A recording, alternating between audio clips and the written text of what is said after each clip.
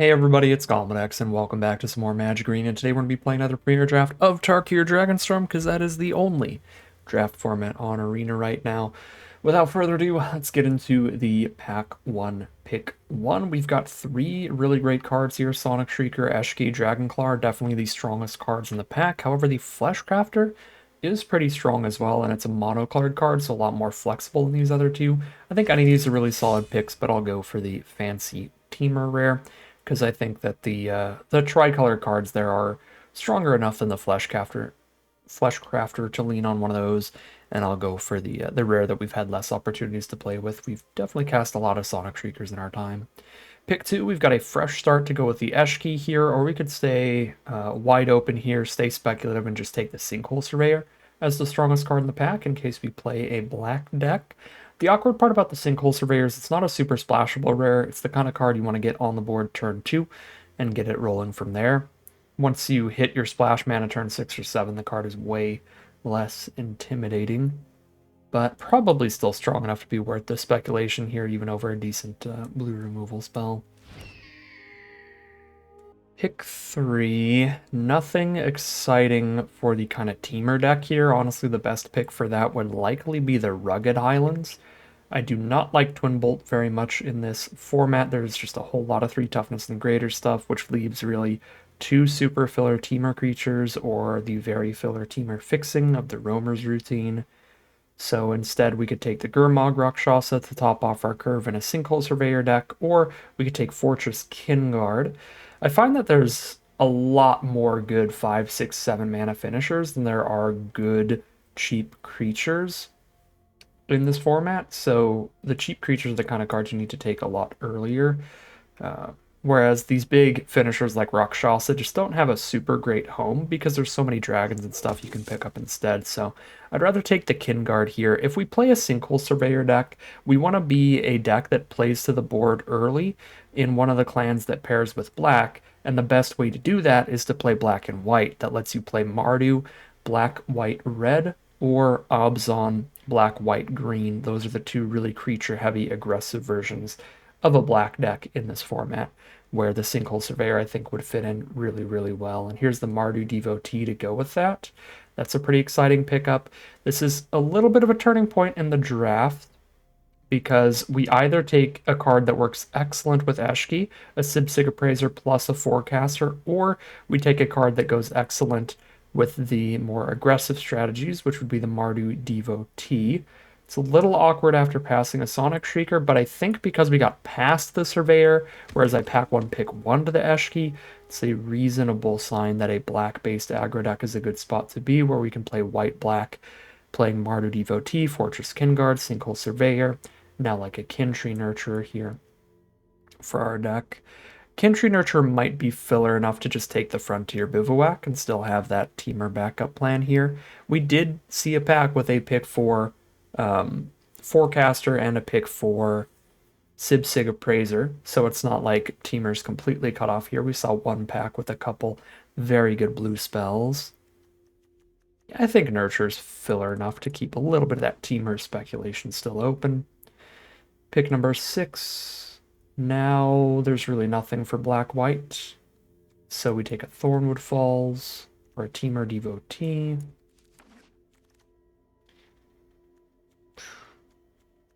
Alright, there's a Severance Priest for Abzan. It's not even that strong, honestly.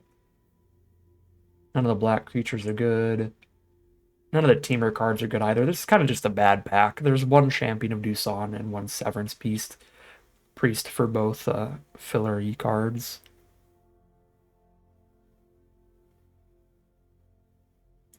Guess I'm just on Champion. I really do not like Severance Priest. Pick number 8.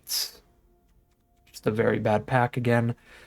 Decent green defensive card with Sagu Pummeler. Actually, the Einok Wayfarer is better than I give it credit for. I've just had that card mill the best cards in my deck way too many times. So I'm probably lower on it than I should be. Alright, well, we can take one here. Alright, Teamer ended up looking way more open than Orzhov. Yeah, there's a pick 10 fresh start. Awkward. So that pick of Kinguard over just a filler teamer card, and then certainly the pick of Devotee over Sib Appraiser really didn't work out.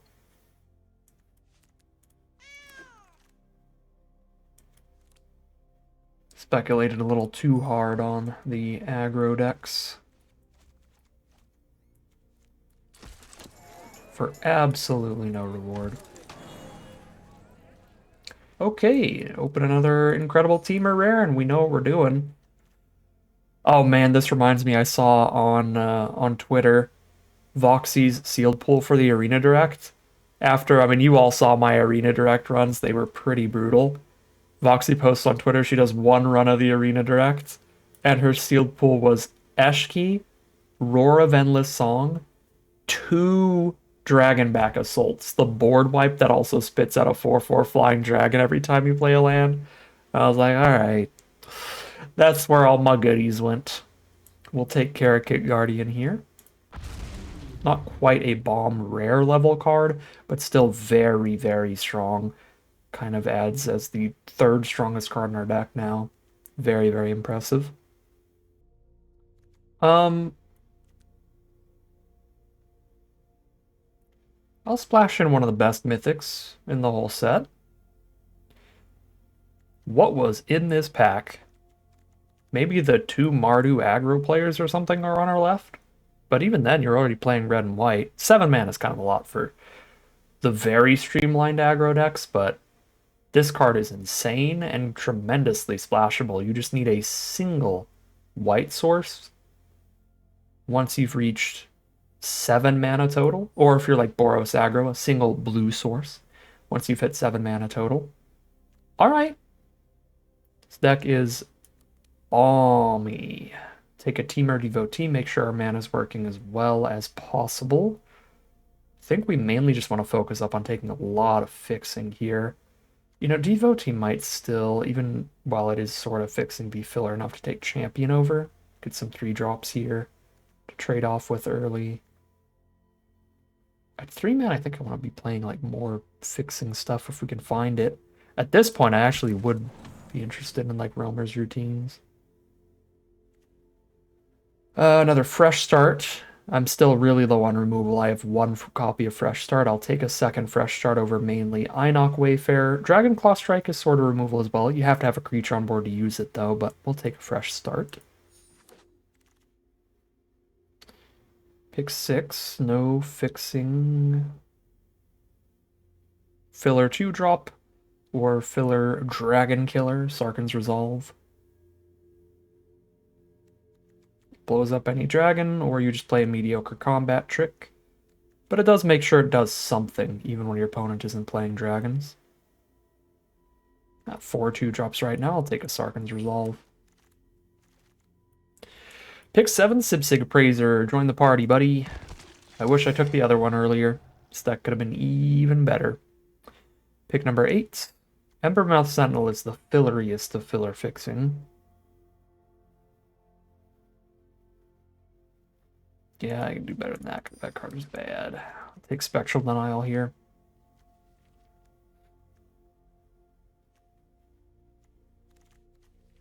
Pick 9. To splash black and white for Road Watcher, that doesn't feel right. Yeah, no. Filler creature with a Trade Route Envoy. Nothing here for pick 10.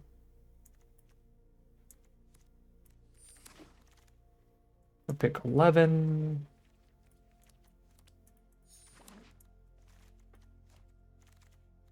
Or pick 12. Alright, pack 3. We want a chunk more fixing and a little more removal, I think. Oh, well, here's a little more fixing. Tranquil Cove for blue and white, although Wayfarer, definitely a good card. 2. But here's some splash mana right there.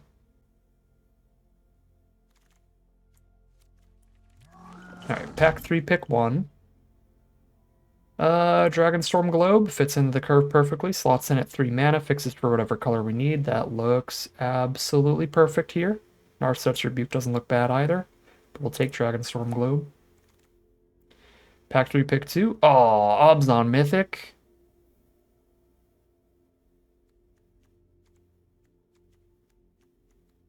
It is not a safe pick whatsoever.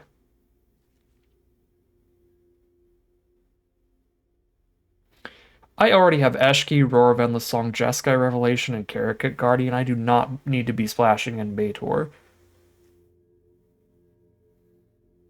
I can get another piece of white fixing with Blossoming Sands. Or I can get a Riverwalk technique here. Piercing Exhale as well. I'm gonna go for the Blossoming Sands on this one. Who designed this draft pod? Who's the Wizards of the Coast employee that said, all right, these are the packs in this draft? Because you went overboard. You went overboard. This is a little bombier than it needs to be. Botanist is a very great card, but Saga Wildling is kind of perfect for the Roost Seek fixing. Pick 5, Dispelling Exhale, Fresh Start. 2 very good cards.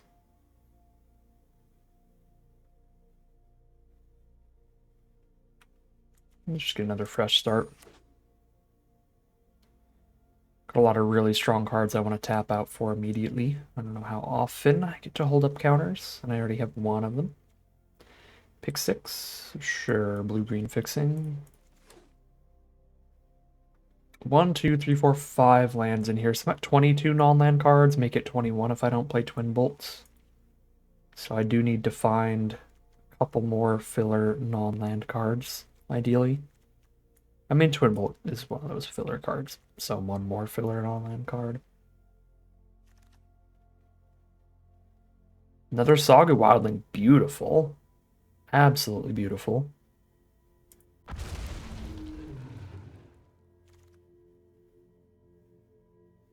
Roamer's Routine. Super reasonable. 23 non-land cards right now. And Roamer's Routine over the Twin Bolts.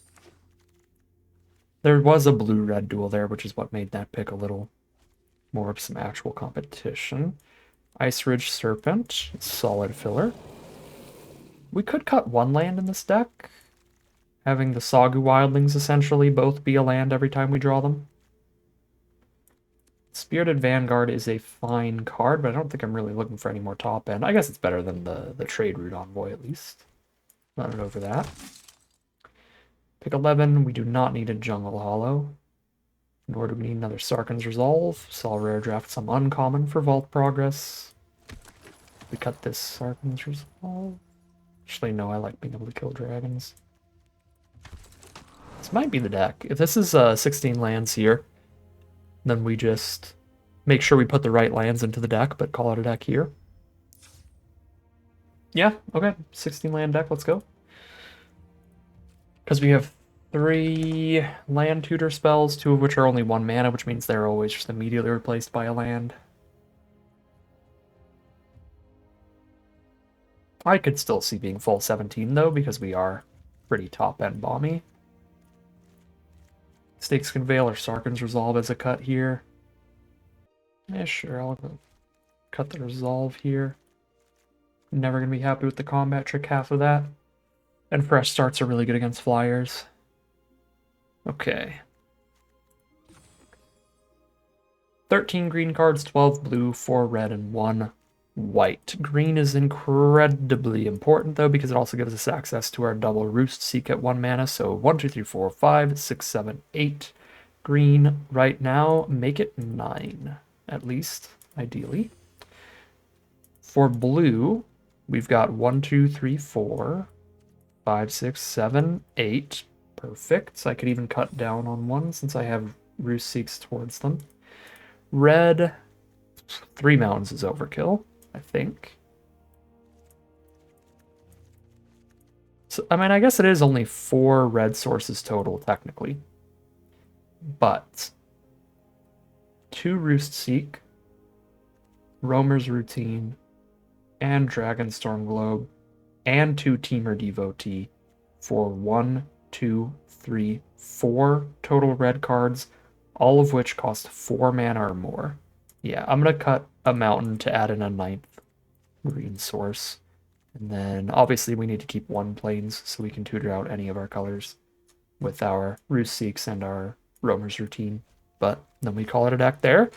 Super, super spicy one, super, super bomby one. Really excited to see how it does. So without further ado, let's just hop right into the gameplay. Here we are for game one, and this is why we run at least 9 green sources.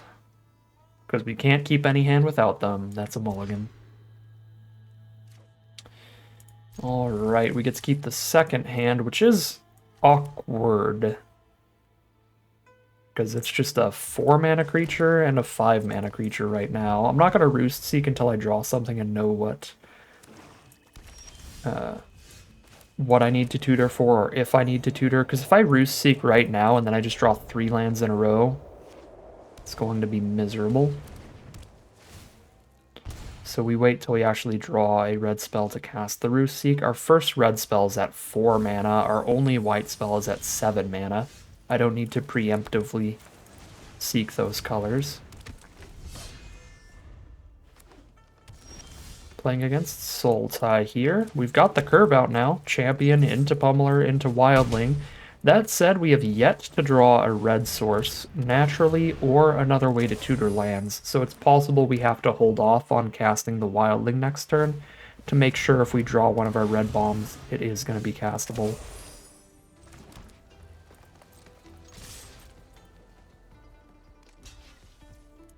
Alright, this gives us a really good excuse to not cast Wildling this turn, because now we're still getting value out of some of our mana there. I think if they didn't block, I would still have to just run out the Wildling at that point. Kodos is certainly annoying. There's Teamer Devotee for the red source now, so I can cast this Wildling and have Devotee to play any red card I draw into. Yeah, the Indestructible blocker's annoying. This hits for 0. This could still trample for 3. But I don't think that's worth it here, because I would lose the champion. I'd gain access to its ability out of the grave, be able to renew it and make the Pummeler a trampler, but again, don't think it's really worth it to fully lose the creature there. We know that they could spend all their mana putting counters on Kodos here, make it a 4-2. Still not big enough to attack into the Pummeler. Fresh start. Goodbye, indestructibility. Feels good. I think we send all first. And then fresh start. That way we force them into the chump block here this turn. Beautiful. And here's the Devotee. And there's the concession from our opponent. No bombs, no problem.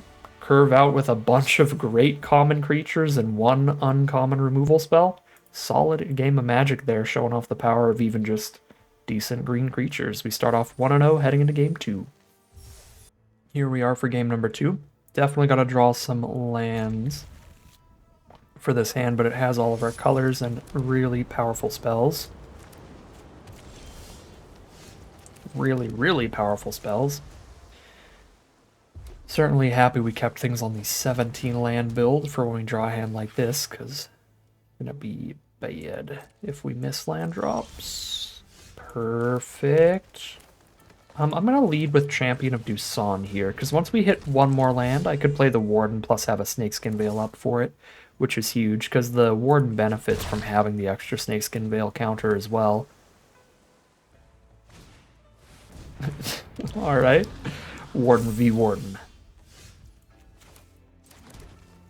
Tempted to just run mine out, but I think I need to fresh start theirs and stop them from getting any extra value from it.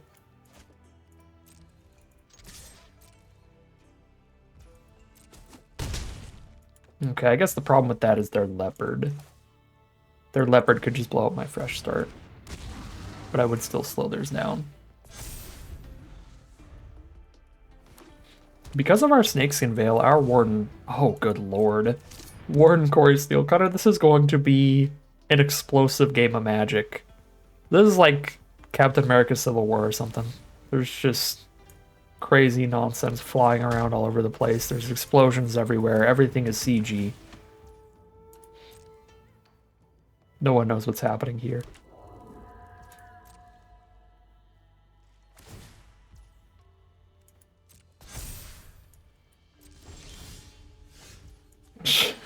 Yeah, I mean, if I play this Roar of Endless Song, I get a 5/5 elephant.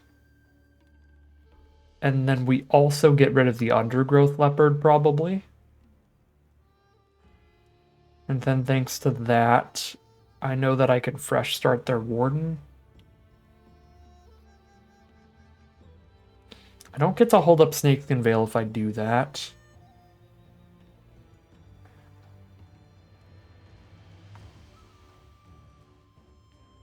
This Steel Cutter plus Forecaster combo is really gross because they can tutor out Dragonstorm Globes to make it really easy to flurry.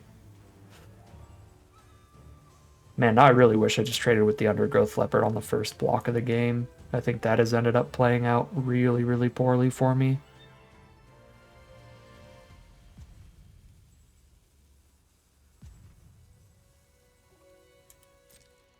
Okay. This is rough. I'm so tempted to fresh start the Warden, but again, they have the 1 mana up, so they just blow up the fresh start here. I could pass through to their turn to force them to spend 1 mana during their turn to blow up the fresh start, but then they can still just blow it up. Unless they completely tap out. And even if they do completely tap out, they can blow up the fresh start later.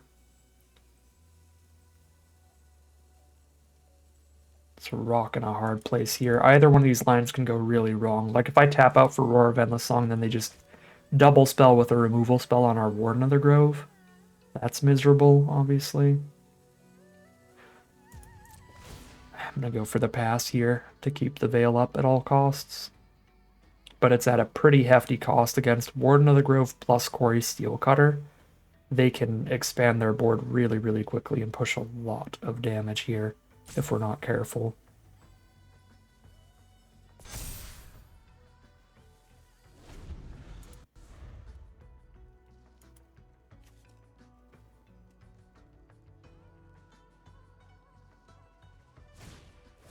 Roiling Dragonstorm, draw 2, discard 1. Lock in the double spell here.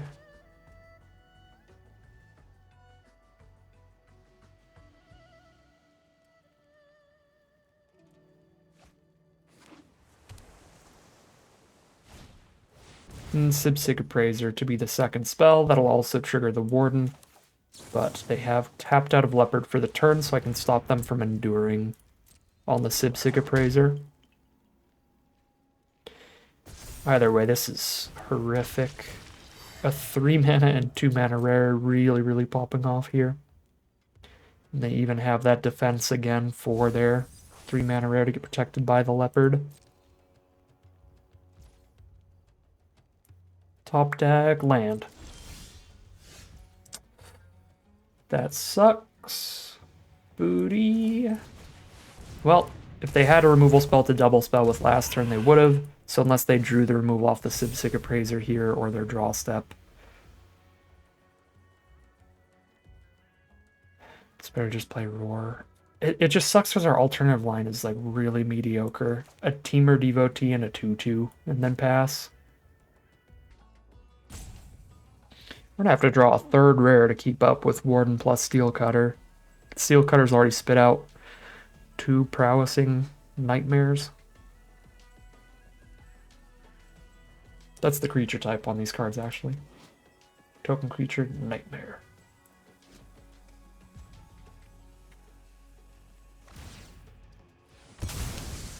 Nice. Okay, so they blow up the Roar rather than the Fresh Start. That said, Fresh Start is weakest against blue decks because they could bounce their own creature and it would be incredibly bad for me. Third flurry in the row for the Quarry Steel Cutter.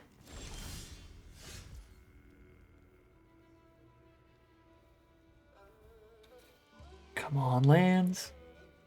I want me Snakeskin Veil. Okay, this is fine. I'm getting a 3/3 off of our Warden. Their lack of removal here has allowed our Warden to stick around long enough that it is going to like fully counteract that Quarry Steel Cutter in power. Getting a 3/3 off of playing Teamer Devotee. I get a 4/4 when I play Wildling or Vanguard next turn.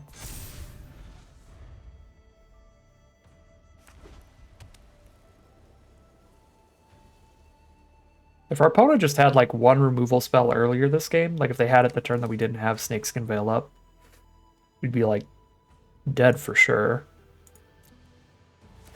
This is a really good turn to dodge removal. Find the globe, lock in the double spell for the turn. Yep. Any 2-mana spell will do. Even a 3-mana spell because Dragonbrood's Relic. Okay, no spell to flurry that turn. Ew. I'm 1 mana away from launching that thing onto the board. I'm 1 mana away from being able to play one of these two and hold up Snakeskin Veil. Have to Roost Seek with Saga Wildling so I know I can Vanguard plus Veil next turn.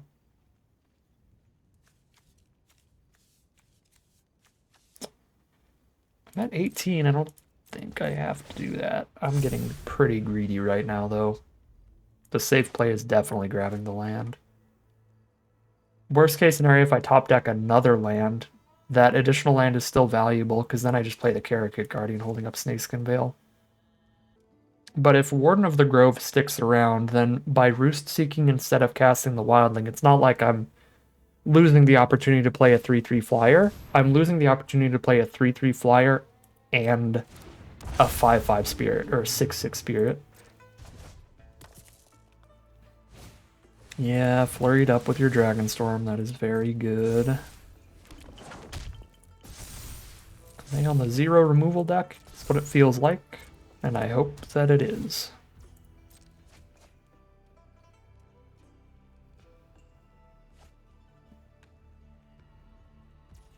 I'm gonna endure the counters onto the Wildling here.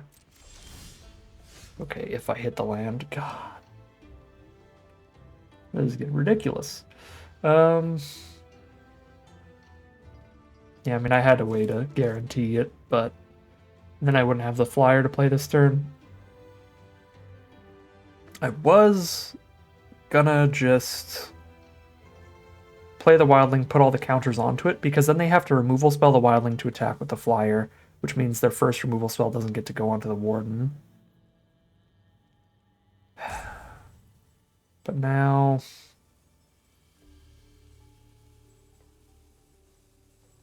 I'm on Roost, Seek, Fresh Start, Snakeskin Veil. Yeah, I have to just lock it in now, which is how you know I'm top decking the land next turn.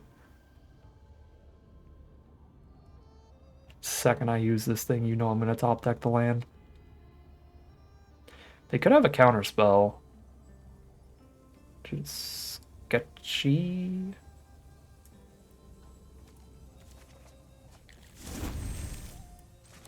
But I have the mana for counter unless they pay 4 on Snakeskin Veil. If I try to fresh start the Boulderborn Dragon and they have the counter unless we pay 4, I can't pay for that.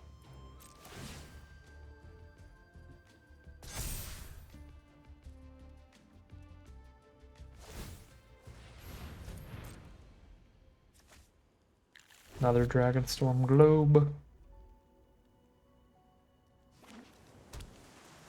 They have a million bajillion mana, so they can get the lifelinking Flying Dragon off Dragonbrood's Relic.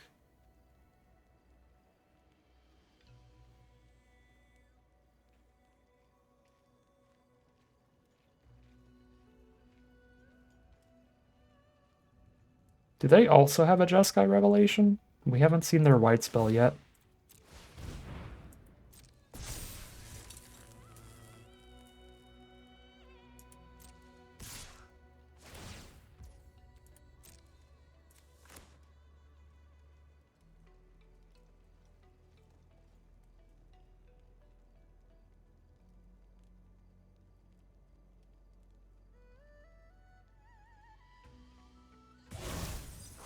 Millisagu Pummeler.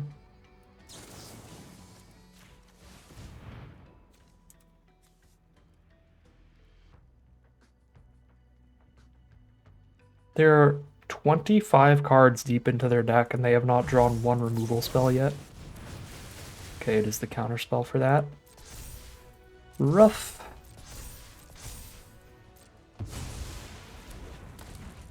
Go to 13.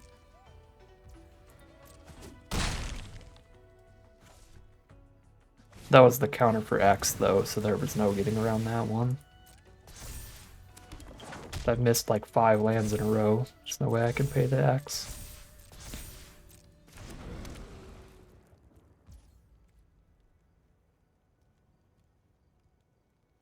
Land. I knew it. As soon as I actually use the Roost Seek, I'll just draw the land anyway. Would have happened at any point. Well.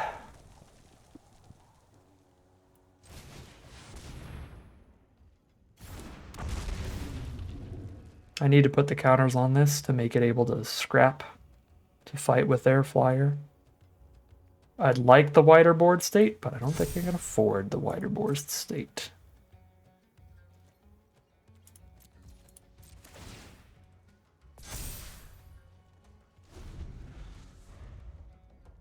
$16 cards deep now. No, 26 cards deep now. Will they ever draw removal?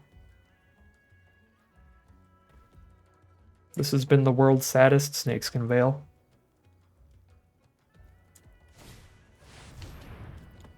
Uh-oh. They have 3 flyers now. Shrinekeeper, Boulderborn, and Dragonbrood's Relic. Roiling Dragonstorm, absolute MVP, by the way. They've drawn 12 more cards than us this game.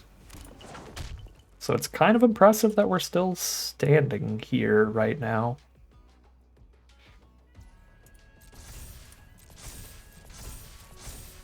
I don't know how much longer we got, though, with all those monks. Yeah, the Dragonstorm also just giving them free flurries every turn. Quarry Steelcutter was 2 mana to make 6 prowessing monks and have a +1/+1 trample haste equipment.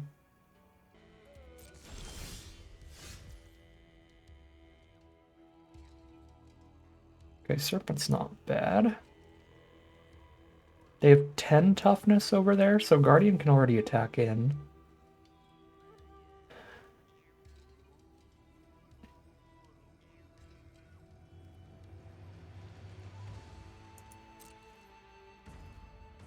They're not 10 toughness, 10 power. Take it all. So Serpent, to get rid of a reach or flying blocker, could randomly lethal them in the future. I think I need to go for as wide of a board as possible to make it as least likely as possible that we die this turn. This next swing. Okay, if they have a counterspell, they have a counterspell. Nobody's resolving. Yeah. Ah, shh. I think we're dead to the counterspell. I think they just declare all attacks here. I have 6 blockers. 1, 2, 3, 4, 5, 6. If they can cast a non-creature spell or 2, we're dead. There's Tawny back. 13 cards deeper than us now. They're 30 cards in. Where's the removal? I guess it's just counter spells.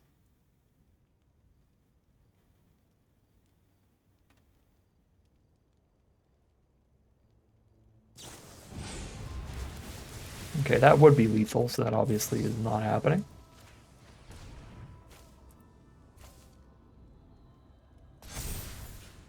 This is still really close to lethal because of the additional monk. I think they're 1 damage off. If they move the Steel Cutter to the Tawny back, that might still lethal me here. God dang it.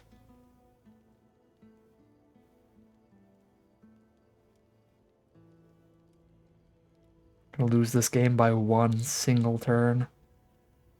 They're dead if they pass, but we're dead if they equip Tawny back and attack, I think.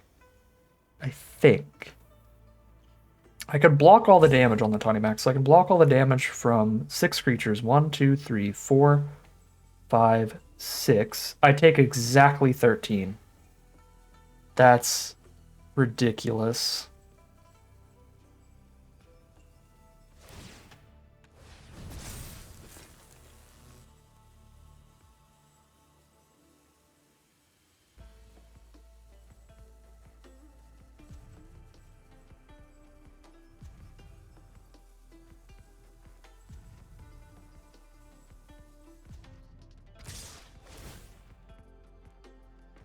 I'll actually take 14 because I can only block one of the flyers. That's so annoying. Man.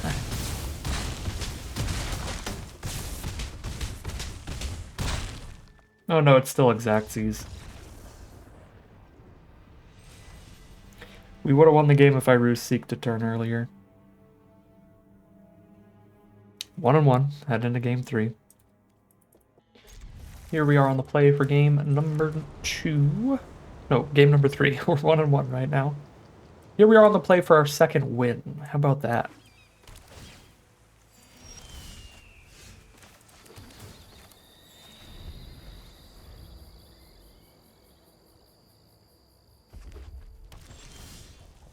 We saw 31 of our opponent's cards last game and saw 0 removal.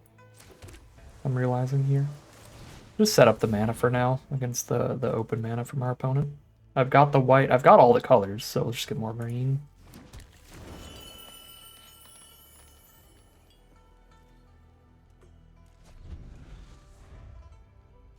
We have to balance the scales here. This opponent is going to have like 10 removal spells.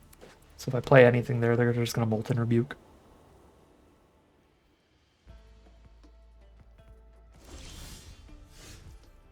What are they going to do? Dispelling Exhale me?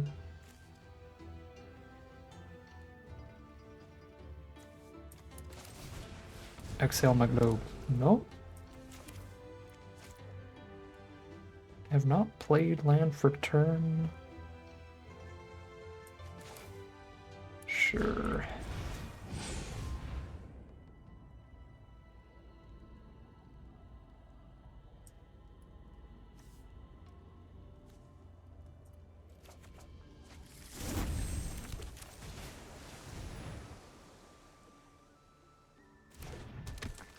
There, I'm gonna have infinite mana. For anything we draw, we can play any bomb in the deck. Oh, come on. The one exact 2-for-1 removal spell there. Kill our creature and our artifact.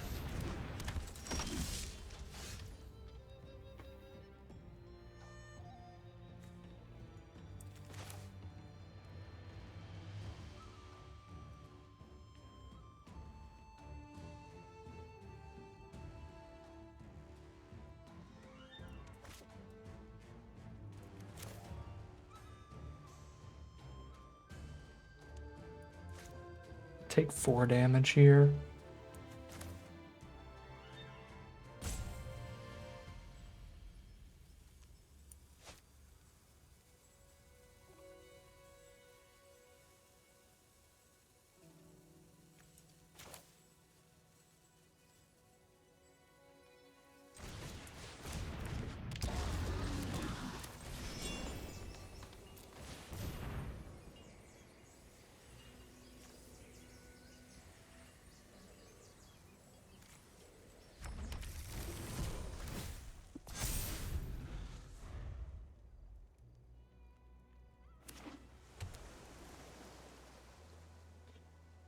Let's see if the prediction was correct.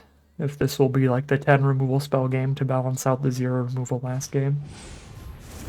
Not yet. So far they're just playing a bunch of flyers, trying to get a bunch of damage in. So far so good for our opponent. We're down to 16. And I've got the Ice Ridge Serpent now. I have thinned as many lands as I can out of the deck, the way that we've played so far. And unfortunately we draw another.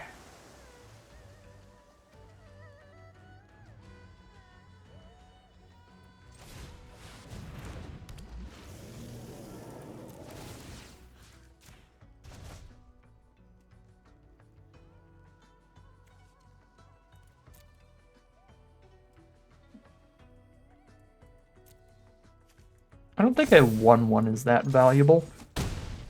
When I play the Pummeler, I'll probably get a 2/2 though, if they still haven't killed the Warden.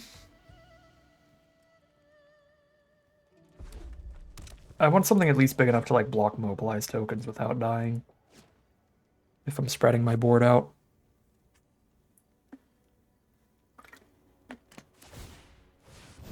Well, that can't be good.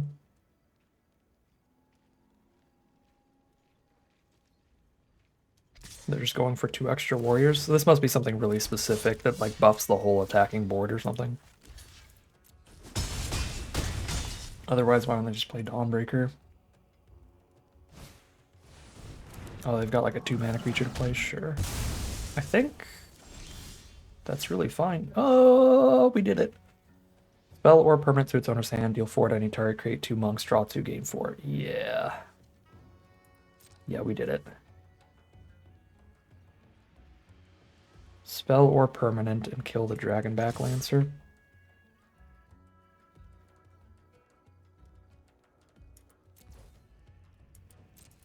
This is probably strong enough to play it really safe. And do while they're tapped out of blue. Yeah, this is more than strong enough. Even just bouncing a Devotee.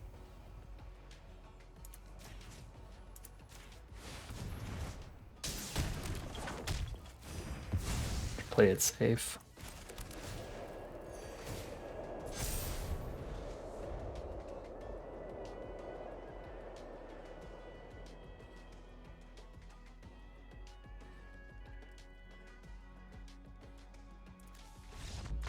Yep, there's the concession from our opponent. 2 great bomb rares give us the victory, and we are 2-1 heading into game number 4.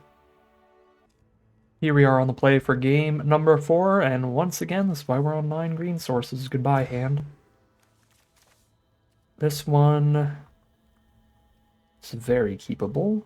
I think I'm ditching the leopard. On the play, I'm not that worried about the 2-drop here.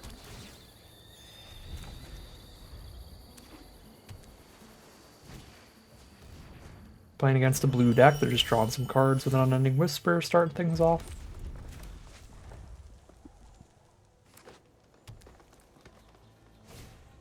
Teamer Devotee. So Sibsig Praiser on the board doesn't matter at all. Champion of Doosan could still attack into the Devotee.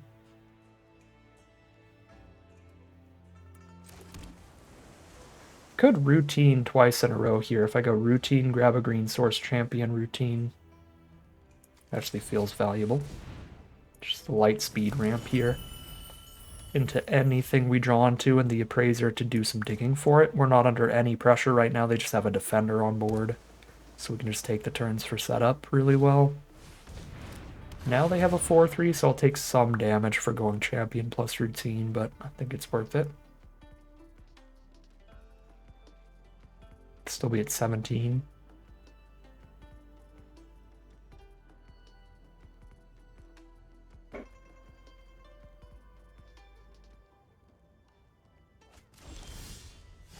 Here comes the champion of Harmonize.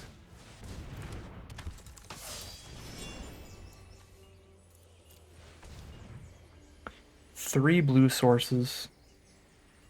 3 green sources. Just get another red? I don't even know. I'll just get another green, I guess. Overkill numbers of all our colors here. Plus another life gain land, so I'm actually at 18 after this swing. Not bad at all. Dragonstorm Globe, more mana. Mana lovers unite.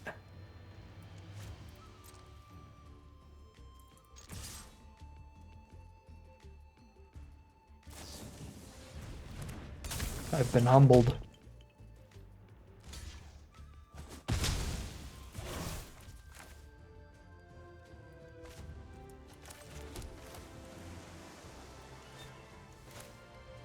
Would way rather my Globe get exhaled than my Sibsig Appraiser. This way I have 4 mana up, they can't Dispelling Exhale it.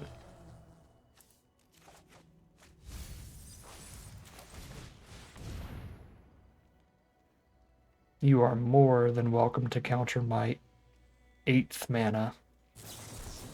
Yeah, I'm very happy to get a counterspell out of the way with a globe.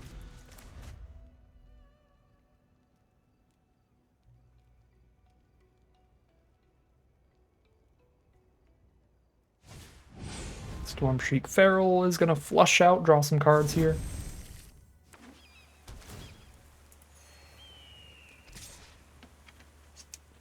Take my 4. Can make the Appraiser a 3 power creature later to trade off with our champion's ability.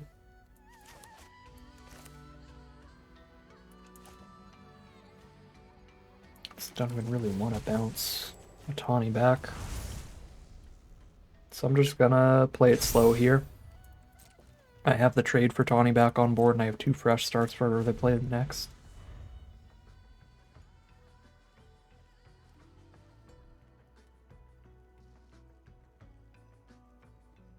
Each player's on the 4 or 5 color every rare we could draft bush pile here. Our opponent is splashing towards black here, so every color but white, and we're obviously every color but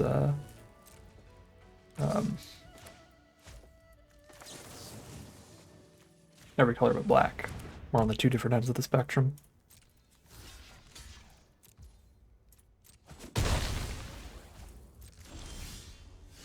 Hey, look what it is.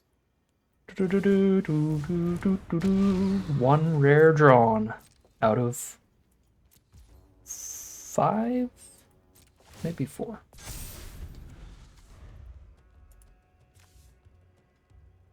And let's count them up. We have Warden, Roar of Endless Song, Eshki,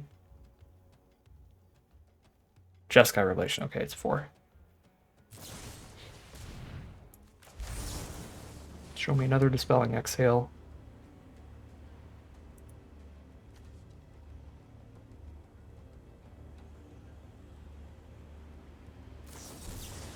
Dang. Alright, good hand's good. Goodbye, Warden.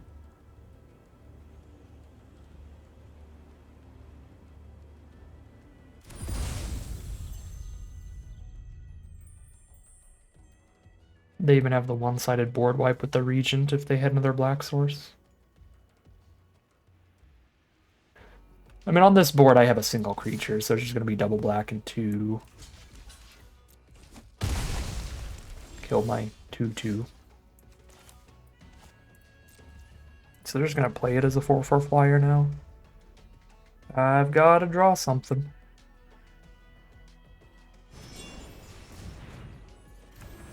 Okay, I guess they're not playing it as a 4/4 flyer.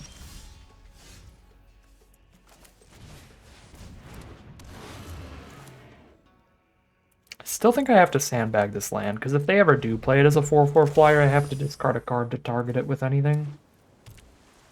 Even like an Ice Ridge Serpent. Globe, make it a 5/5 flyer. There we go. 5/5 flyer against the 4/4 reach makes sense.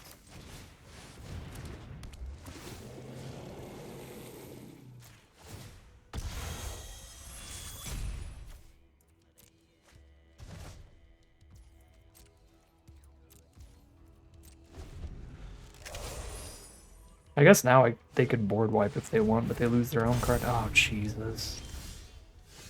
Karakit Guardian 2. I've got one of those. Maybe that's why I thought I had 5 rares. I have 4 rares and a Karakit Guardian. Well, sadly it looks like they're drawing a little more of their gas than us.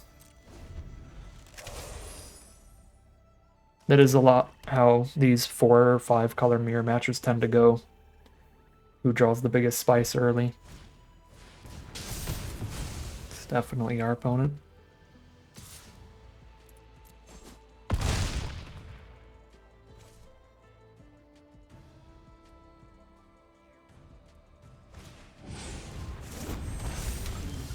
Yep, that's Flood.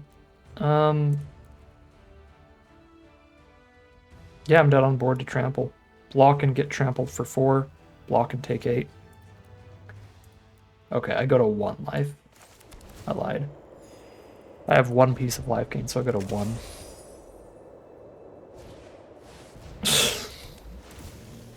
Man, oh man. Tarkir Dragonstorm. Trying so hard to make me hate it this week. I don't understand. Oh, alright, 2-2, heading into game 5. Game number 5 here. If our opponent has a counter for the Dragonstorm Globe, this hand could crumble, but the card quality is so high, I think we have to take that risk here. Plus, I'm running 9 green sources, so the other way that this hand wins is just by naturally drawing one of those 9 green sources. 9 green lands, I should say. It's more than 9 green sources because our blue blue teamer devotee is also a green source. And our globe's also a green source. So on.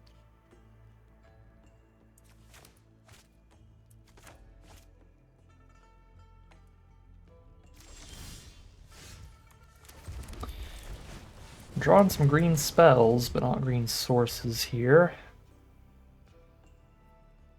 If they blow up our globe, we're dead in the water.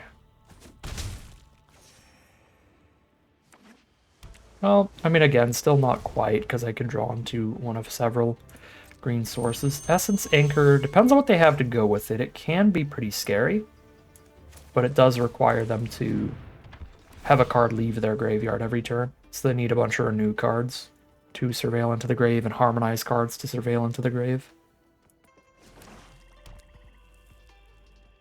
They are the full soul tie deck, it looks like so far, but running a Maelstrom of the Spirit Dragon isn't something you do unless you have an incredibly powerful dragon in the deck.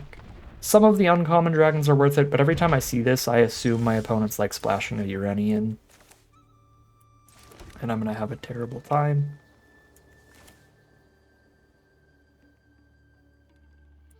Let's get 2 3/3 blockers here. I'm getting pretty low pretty early here at 12. And even if I lose the Warden of the Grove to some early removal, I can win the late game with Guardian plus Revelation quite easily. Unless they have their own Mega Bomb.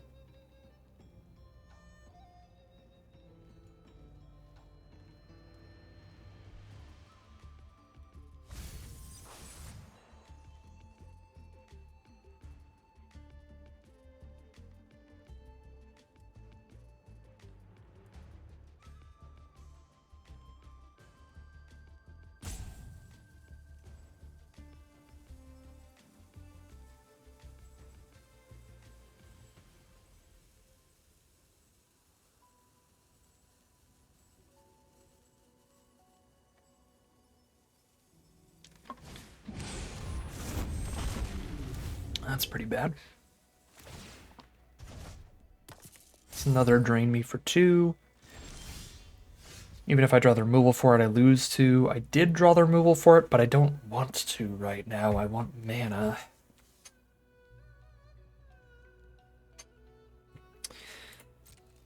Gosh, fresh start and a counter spell here. They're a blue deck themselves. I'm fresh starting right now.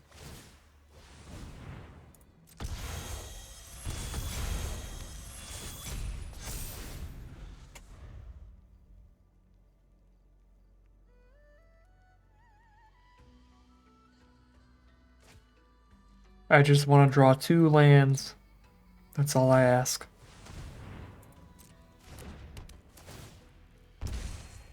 And then Revelation hard carries.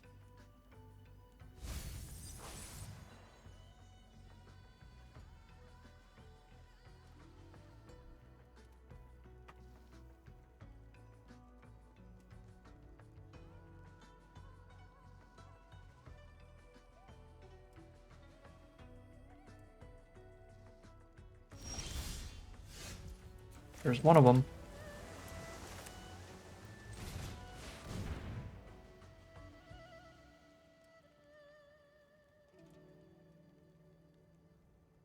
Obviously running this over the Karakit Guardian, so they can't just counter the Karakit Guardian.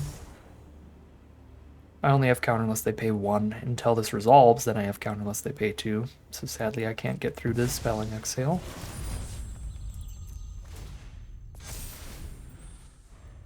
Now that it's my end step and the Warden's a 4/4, I have counter unless they pay 2 again.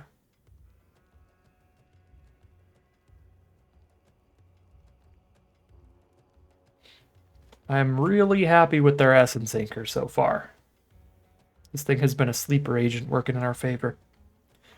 3 mana artifact, completely blank, no text. I don't even think they've surveilled anything into the grave yet. Maybe they have. I know they have off Dragonstorm. I don't think they have with Anchor.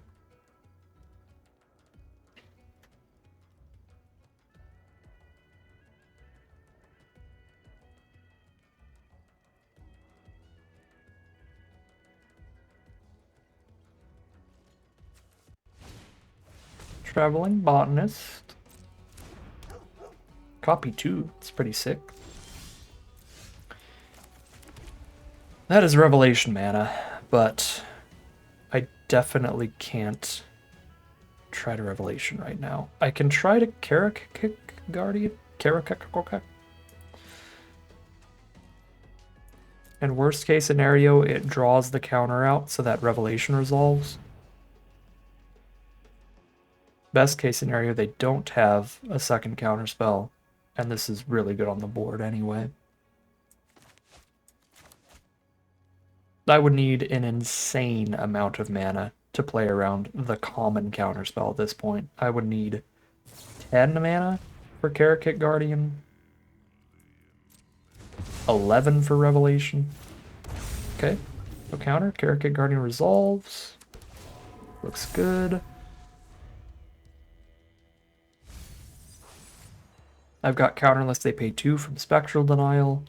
If we hit another land, then it's counter unless they pay 2, not counter unless they pay 3. If we hit another land, I can cast Revelation and still have Denial up for 1 now. But they don't have blue mana up, so I just know Revelation resolves anyway at this point. Sick. Yeah, if I do it right now, I know it resolves. We bounce the Essence Anchor, I guess. Deal 4 to the Botanist, I guess.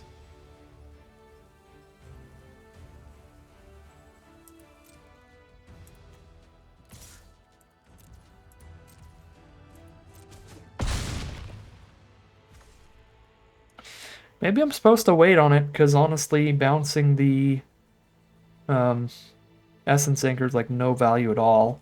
If I wait to use this as a counter spell to bounce something on the stack, we could get really good work done with it. I would just need to ideally have Denial up alongside it.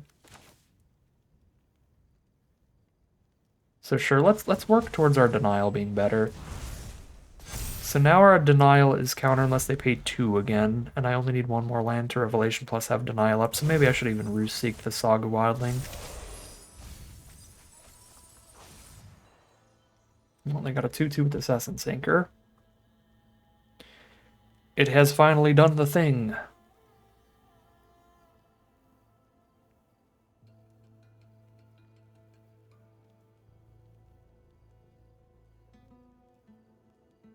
And then with Awaken the Honored Dead, Chapter 3, discard a card, pick up their best creature from grave. That triggers the anchor again. None of their creatures in grave are that good, though. I guess Death Gorger, maybe? Flying Death Toucher to trade into the Guardian.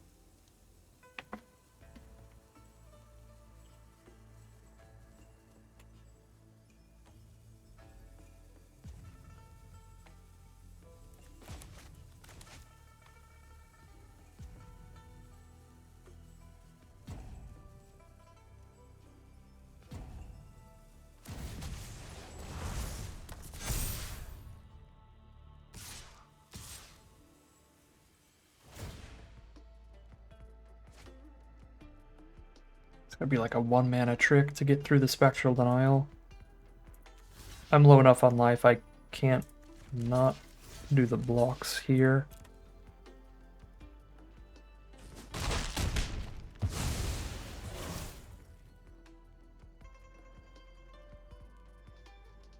I guess a 2-mana spell would work too since they drew the swamp. Yeah. Please, something that costs 3 or more. Sick. Oh, I actually have counter unless they pay 3. That definitely works.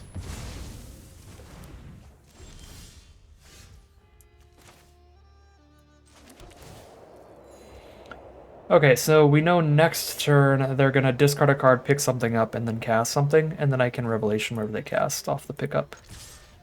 That's the plan. I guess I'm giving them the Stormbrood to pick up now, but I know they pretty much tap out for that. So unless they literally top deck Dispelling Exhale, this is the good Revelation turn here.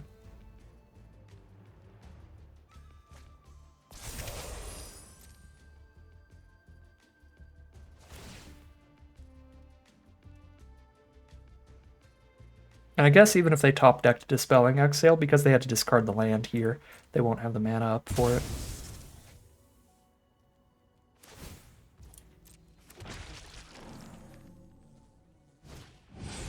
Awesome.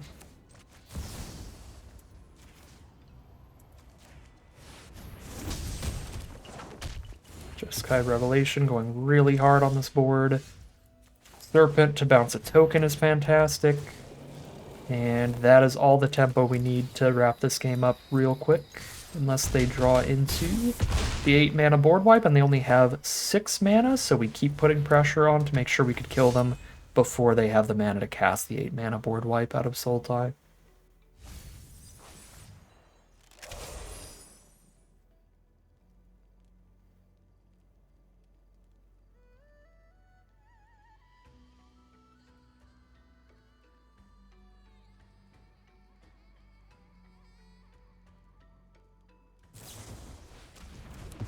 Caustic Exhale for 1, kill our 3/3. Still mega dead on board. And then a Sagu Pummeler, that is gonna be lethal. 3 and 2 now. For this draft, at least a 50-50 record, but we've got a ton of really, really powerful spells in this deck. Great fixing to make sure we can always cast them, and some decent removal. I think this deck can get a much better record than this, so I'm hoping to keep the win streak up here as we head into game number 6. All right, here we are for game number 6. We want to draw 1 blue source like immediately. That would make this hand awesome. But if I can draw any land, well, there we go. And then we know we can Roamer's Routine on 3, and Roamer's Routine ramping up into these spells is going to be huge.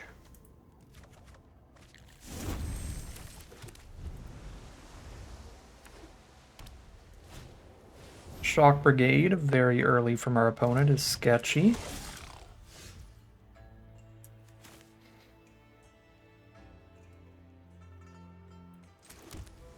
Yeah, Boros aggro, one of our scariest matchups. It's possible I need to pick up the red source, so even if they have removal for Teamer Devotee, I can still cast my other red cards like Karakik Guardian. But I guess because I'm going to double Roamer's Routine, I can do both. Yeah, so we get the red here, and the second routine is when we get the white.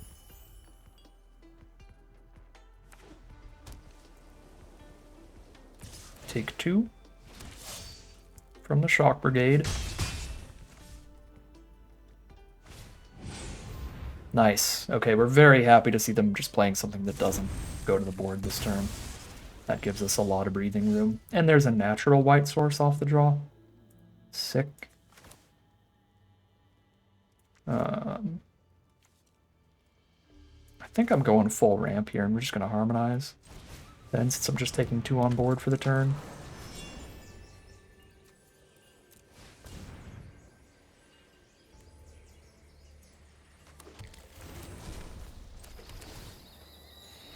Now I've got Revelation up next turn. And that should, since they're not a blue deck, basically instantly win the game, because they have no way to counter it.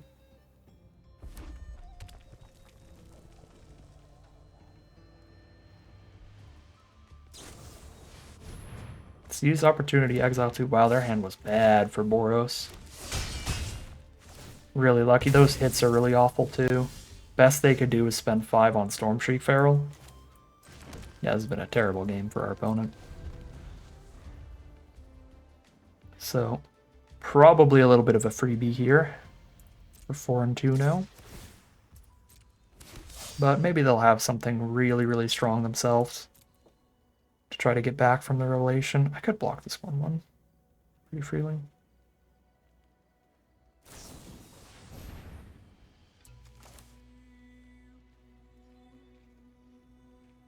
Yeah, sure.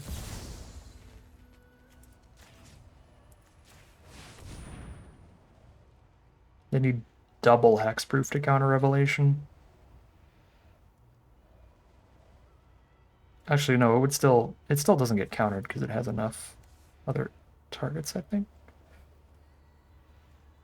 No, if every single target for revelation is off the board, then it is countered. So if they have a way to kill both their creatures or give both their creatures hexproof, that seems incredibly unlikely, though.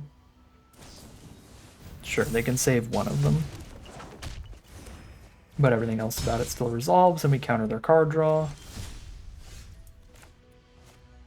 Now I can Karakit Guardian and still have a fresh start up.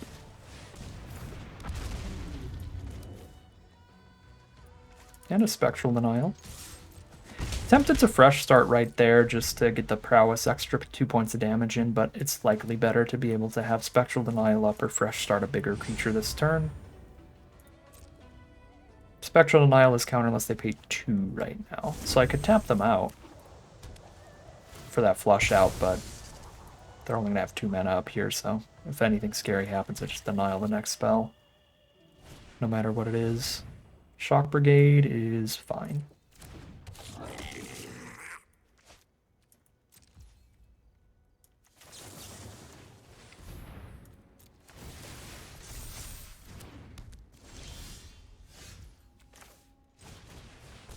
Do not mind that Sib-Sig Appraiser off the top. Finds an Inspirited Vanguard.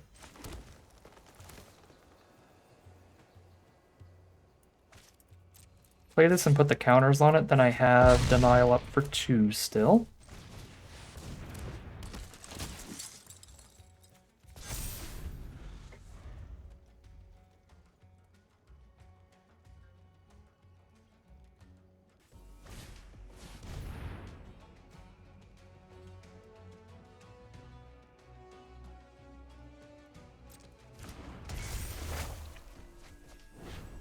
They're down to 10.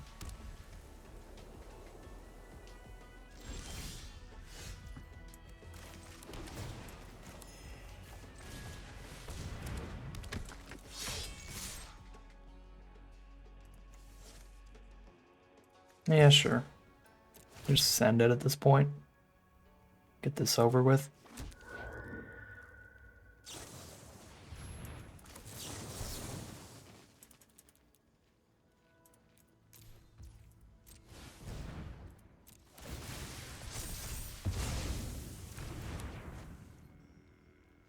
There's the concession from our opponent. We are 4-2 now, a positive record out of this deck no matter what.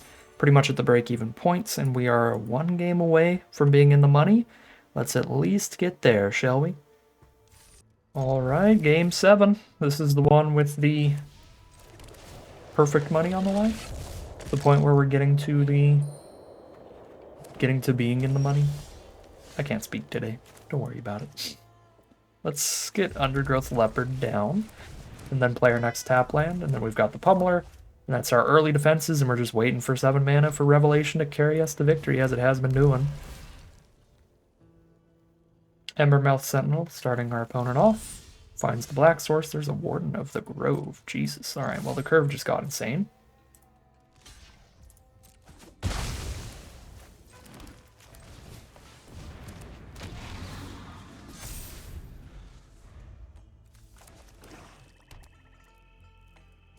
No. Expected.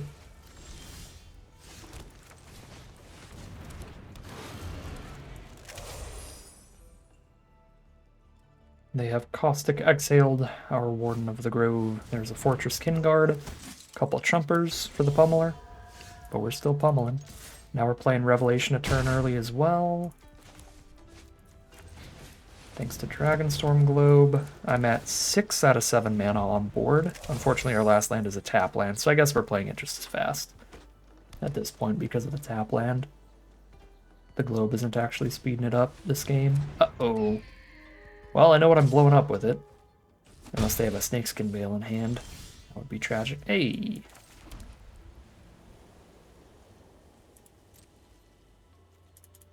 Alright, we know they have something for 2 or less.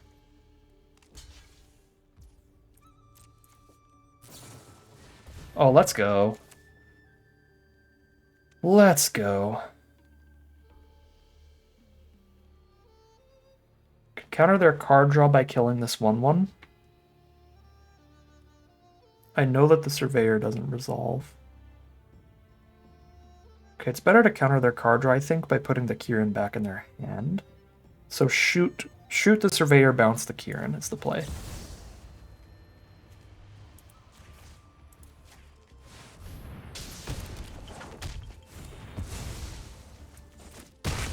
Land, Defender. Okay, well, just Land Defender are the Revelation draws.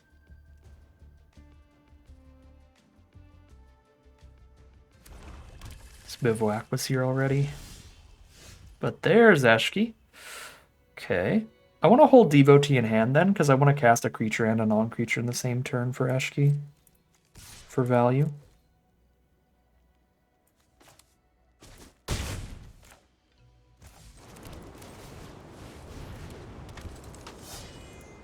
I don't think I've ever popped off with this card before. This is my second time really playing her in a deck.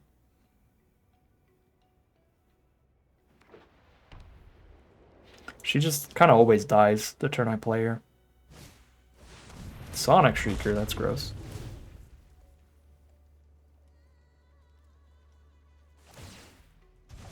Good thing I got my extra land here.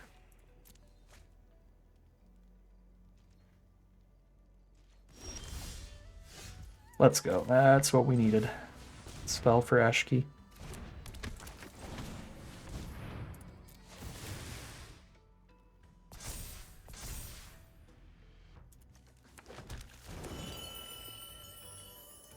When I move to combat, it triggers? Okay. Yeah, this is the first time it's ever triggered in my life.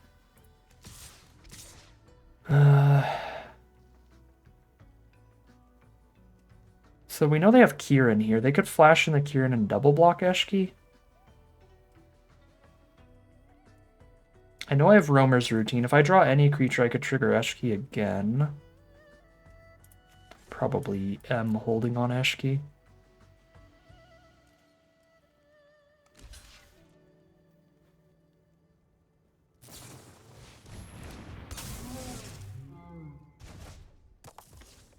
Solid value for our opponent. I'd rather them make me discard a mountain than kill one of my monks.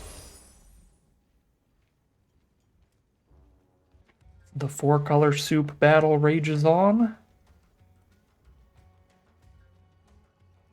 I could see them being tempted to Dragonstorm before playing the Shrieker again, but I think there aren't enough pressure that if they don't have any better creatures to play on board here, they just play the Sonic Shrieker again, gain a couple more life, and have a blocker down. I don't think they have time to dirtle around setting up another Dragonstorm, unless they have a really good, like, 8-drop in hand or something. Yeah, so there's Shrieker. Devotee. Land for us.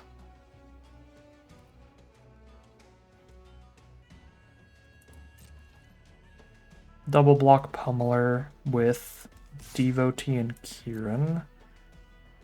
Soak up some of their mana, making them recast the Devotee, and we get the extra counters onto one of the monks to turn that into a threat as well. If we cast a single non-creature spell, then it also attacks as a 4/4. They just take the damage here, alright. I don't think there's any ways in our deck to discard a card here, so let's just play the land.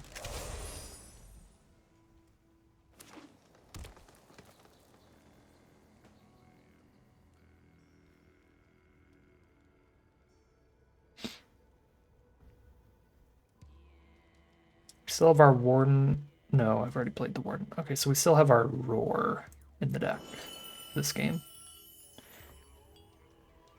The Karakik Guardian is the best draw because we're looking for a good creature right now. He has a lot of flying damage. One swing and the life totals are pretty evened out here. Large dragon. Yeah, 5, 7, 9, 10, 11, 12 power in the sky over there. Yep, 13 to 12, and we're flooding. And I can't attack into the Armament Dragon.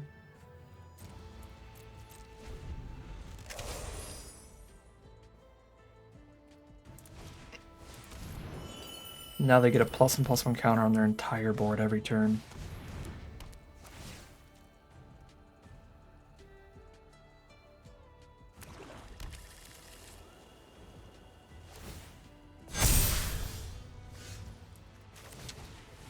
Finally my creature spell for Eshki, but I can't beat the siege. Pretty happy to get 3 lands out of the way. Now we get another land out of the way.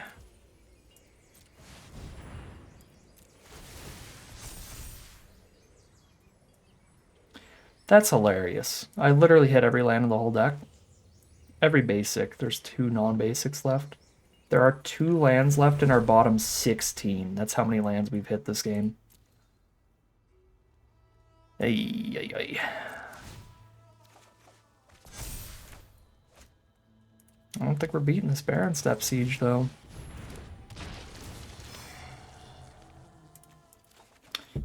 This is sad.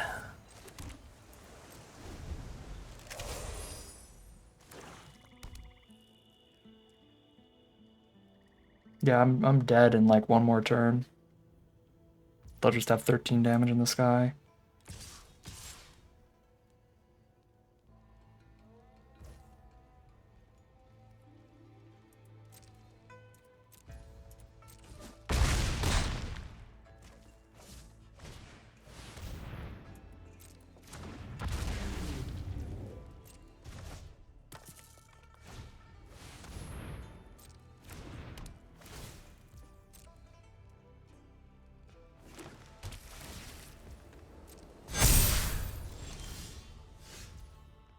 That's not enough. I have 1 flying blocker. If they don't block with Kieran, we can kill them, but if they do, I don't think we have any route to victory here. Because them killing Pummeler does mean I can make 1 more reach blocker, but I can't kill the Boulderborn Dragon here. Yeah, god dang it. So I'm trampling for 4.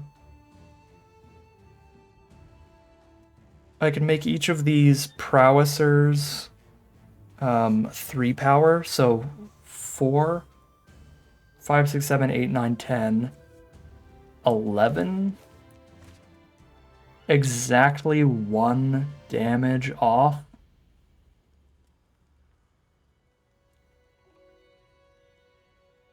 You gotta be kidding me. 1, 2, 3, 4, 5, 6, 7, 8, 9, 10. +1/+1 counters 11. This doesn't lower any toughness.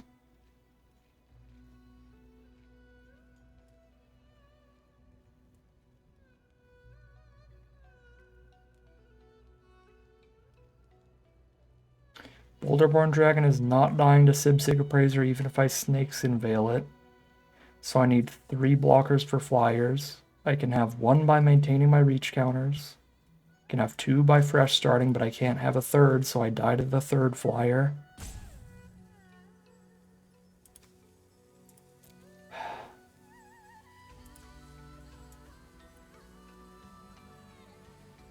Could have went off of 1 more damage somewhere.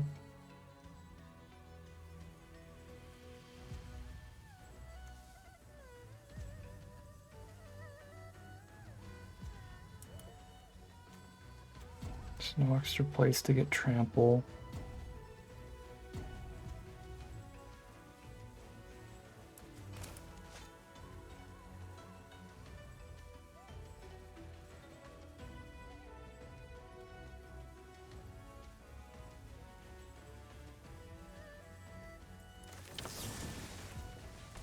Give me a break, Arena.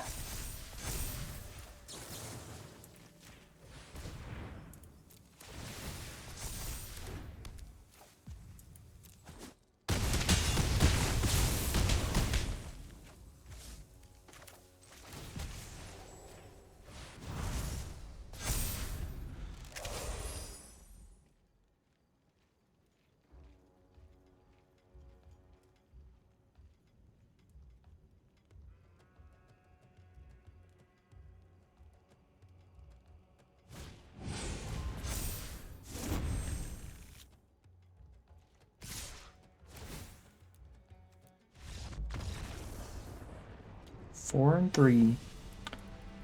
Today's draft. Reasonable average run this time around. But it feels brutal because this deck looks like a 7-0. There was several losses there, like a single turn or a single damage off. Yeah, I mean, this deck looks absolutely phenomenal. There's the tiniest bit of filler, like Undergrowth Leopard. But then there's like good filler, like Doosan, Pummeler, and Wayfarer, and Devotees. Like, these are all serving their purpose really well in this deck. This is the only card I would say is filler. It's like a little light on removal, only having the fresh starts, which are a little weak to bounce spells or enchantment removal, but outside of that, like, this deck is really good. It's almost as good as we possibly could have drafted it. The only thing that went wrong is I speculated the wrong direction early, and that was within the first like 3 or 4 picks, where there's really no signals to read in terms of which direction to speculate. So I started speculating more aggressive and ended up that the teamer, slower, splashier stuff was more open. If I had started the whole draft speculating teamer rather than Mardu, I would have happened to have aligned into the colors that ended up being more open by the time that draft ended and had a better deck, but like, that was early in the draft when you don't have enough information to go on to know which colors are more open, so it wasn't anything that we had under our control. And the deck would just be marginally better. There'd be 2 more really good cards, cut 1 Leopard and one of the better filler cards for just really excellent stuff in the deck. This deck is still a 7-0. This thing is juiced, but 4 and 3 is just how Dragonstorm has been treating me. Even with the bestest of best decks, we grab a very average run this time around. But we're almost done with the set. Tomorrow, I think, is the last day where there will only be Tarkir Dragonstorm drafts on Arena. Then we're going to get into variety draft season, which for me is going to be a bunch of pre-recorded drafts because I'm going to be out on vacation. So you're going to see a bunch of other formats getting drafted starting the next couple days. And then those will be the videos leading up to the launch of Final Fantasy. So I think you can probably tell, since the huge Arena Direct failure, not really like failure, but like I still had a positive win rate, and I think I still had nearly a 60% win rate if you add up the record and all of them. Probably a little below that, a little closer to 55. But yeah, I still had technically a positive win rate in the direct, but I spewed gems and never got the boxes. Ever since then, Dragonstorm has just been miserable for me lately. Instead of the usual 60% win rate, we've been on like a 50% win rate this last week with all these drafts. And I don't know what it's been. I think the decks have all looked great. I think we found the good lanes to be in the draft pods. There's been some misplays in the gameplay, but that's usual for me. I'm much better at drafting than I am at gameplay. I feel like I've been misplaying the normal amount, maybe even a little bit less than normal. Again, certainly have been misplaying in almost every single video, but not any more than usual. And I've just been getting kind of hosed. I don't know. I'm ready for the new set. I'm always ready for the new set whenever they make it, so there's no other variety draft formats like there are right now where all I can do is draft Tarkir Dragonstorm once I've been drafting it for over a month like we have been now. I'm always tired of the format, and Tarkir Dragonstorm has felt especially stale to me, so it'll be really nice to go on vacation and get some variety drafts these next couple weeks. And I'm so ready for the new draft set for Final Fantasy. That's going to be a really, really cool one. So we got great things on the horizon, even though I may not be super enjoying my time with Tarkir right now. 4 and 3 is going to be how we end off today's draft. But that is going to end today's video. As always, I'd like to thank my patrons and YouTube members for their support, as well as you for watching the video. If you enjoyed it and you're interested in seeing some more, you can always like, comment, and subscribe to tell the YouTube algorithm to send you some more in your recommended feed. If you'd like to catch me live, you can check out the Twitch channel link in the description below. If you'd like to support the channel directly, you can check out the Patreon link in the description below. But other than that, as always, thank you very much for watching, and I'll see you again soon for some more Magic Arena.